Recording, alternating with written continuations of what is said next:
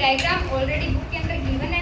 By chance अगर diagram नहीं दिया हो, मतलब वैसे तो है कि अगर बुक के अंदर है तो मतलब ये क्वेश्चन आएगा तो तुम्हें एग्जाम में भी डायग्राम दिया होगा। अगर फिर भी ना डायग्राम बाय चांस ना आए तो इसको बनाना कैसे है वैसे देखते हैं। तो स्टार्टिंग से अपने पढ़ना स्टार्ट करते हैं। तो हमारे पास क्या दिया है, एक रिवर बैंक। अब रिवर मतलब एक रिवर, अब रिवर बैंक समझते होते हैं, रिवर की जो साइड्स होती है, ठीक है वो। अब रिवर की एक बैंक पे हमें दिया हुआ है एक टॉवर।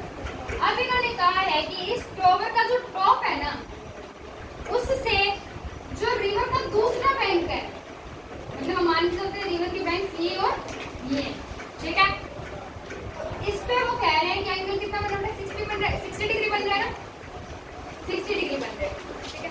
फिर उन्होंने कहा है कि अगर इस पॉइंट को अपने थोड़ा सा और आगे बढ़ा दे, ठीक है, इस पॉइंट को थोड़ा सा और आगे कितना बढ़ा दे, इस पॉइंट से 20 मीटर आगे, 20 मीटर ही है ना, 20 मीटर आगे बढ़ा देते हैं, तो ये जो दोबारा एंगल बनेगा ना, ये बनेगा 30 डिग्री। क्वेश्चन की फ्रेमिंग समझ आ गई। रिवर के एक बैंक पे टॉवर है, वो रिवर के दूसरे बैंक पे 60 डिग्री का एंगल बना रहा है। अगर उस पॉइंट से अपने थोड़ा सा आगे चलते हैं, कितना आगे, 20 मीटर, फिर जाके देखते हैं तो वो टॉवर का जो टॉप है वो दोबारा एंगल बना रहा है, एंगल 30 डिग्री। अब इसमें हमसे दो चीजें पूछी है, क्या क्या, एक तो हाइट ऑफ टॉवर और दूसरा बेटा ये जो रिवर है ना इसकी विड्थ। मतलब हमने क्या कहा था कि जैसे यहाँ मैं खड़ी हूँ ना, यहाँ वो टॉवर है रिवर के बैंक के, ये बीच में इतनी रिवर है, ठीक है, और जो दूसरा बैंक है ना इसके बीच की डिस्टेंस, मतलब जो रिवर जा रही है उसकी विड्थ, मतलब अपना को बेस और परपेंडिकुलर दोनों फाइंड करना है, दोनों करना है। तो देखते हैं,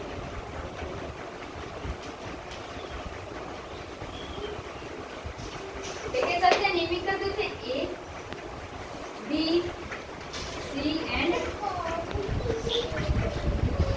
ए बी एंड सी, वही सेम फ्रेमिंग लेके चलते हैं। पहले ये ट्रायंगल लेके चलेंगे, ठीक है, फिर ये वाला लेके चलेंगे, फिर वही चीज ये पूरी लेके चलेंगे, पूरी लेके चलेंगे। फिर ये दी हुई है वो उसमें प्लस या माइनस करके जैसे भी होगा, पहले ये निकल जाएगा और फिर ये निकल जाएगा, ठीक है। तो करवाओ start.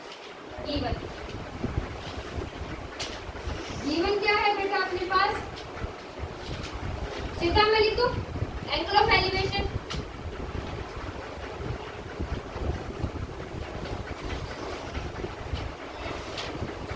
Angle of elevation at point C कितना है, 60 डिग्री। सेकंड कंडीशन दी हुई है एंगल ऑफ एलिवेशन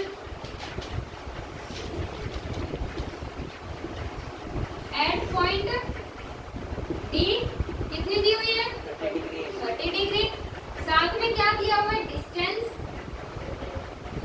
किसका डिस्टेंस, डीसी का डिस्टेंस, डीसी कितनी दी हुई है, 20 मीटर। अब बेटा फाइंड क्या, फाइंड हमें क्या करना है, तो हाइट ऑफ टावर,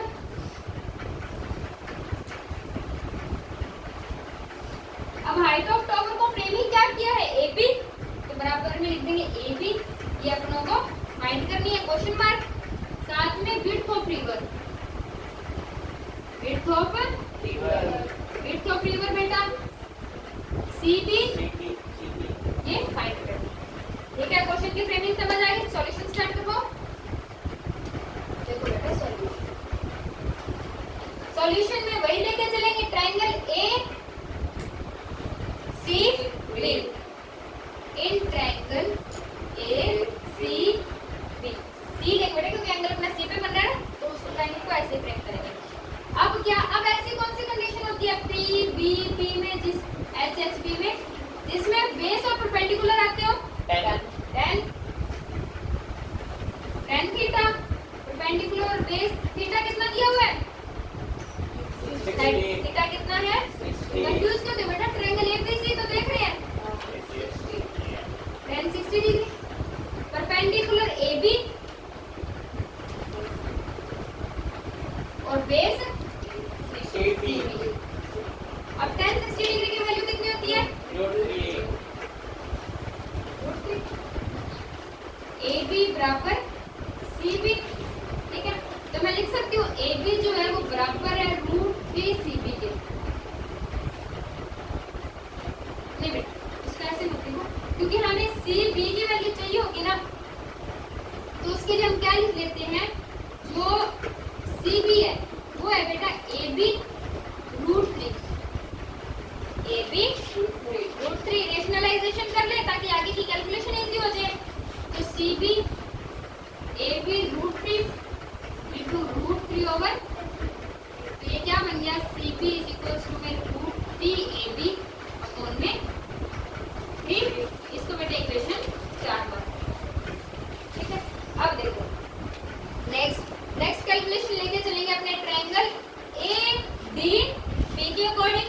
तो in triangle A D B, ठीक है, in triangle A D B.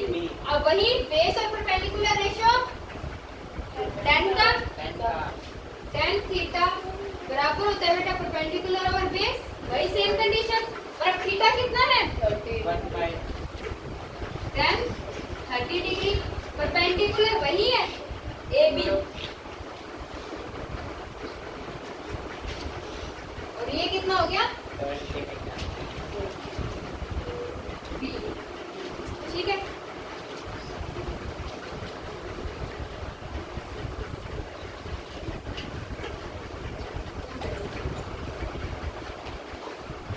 ये कैलकुलेशन आपने सही कर रही थी, इसको करेक्ट करो एक बार।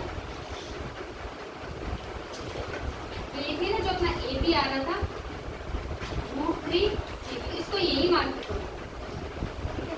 इसको मार्क करो इक्वेशन स्टार, ठीक है, इक्वेशन स्टार। अब देखो बेटा इस tan 30 डिग्री कितना होता है, पहले तो वो बताओ।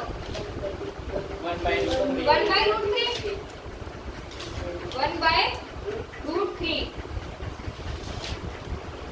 A B. अब ए बी मैंने निकाला हुआ है, क्या है, √3 इक्वेशन स्टार से। अब देखो बी डी, बी डी को मैं क्या लिख सकती हूँ बेटा, B C plus C D, B C plus C D लिख सकती हूँ। अब 1/√3 इज इक्वल्स टू में √3 सी बी अपॉन में, देखो बेटा बी सी तो अपना को फाइंड करनी है, ठीक है, प्लस में सी डी कितने दी हुई है 20। अब देखो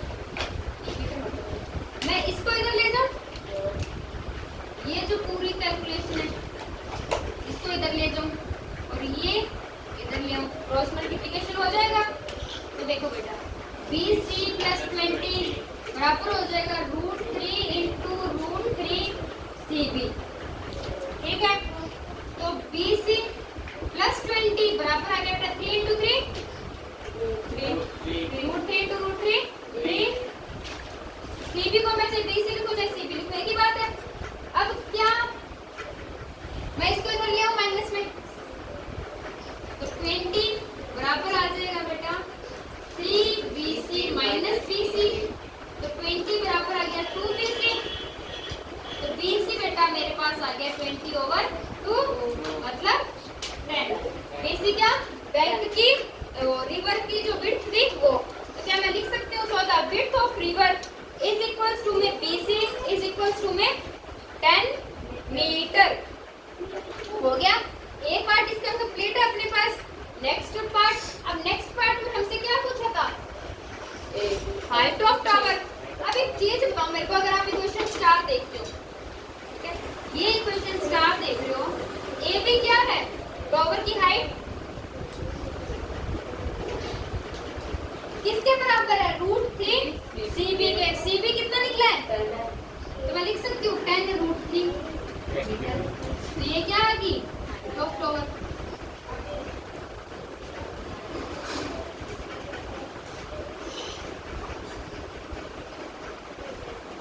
ठीक है, दोनों पार्ट आ गए अपने पास।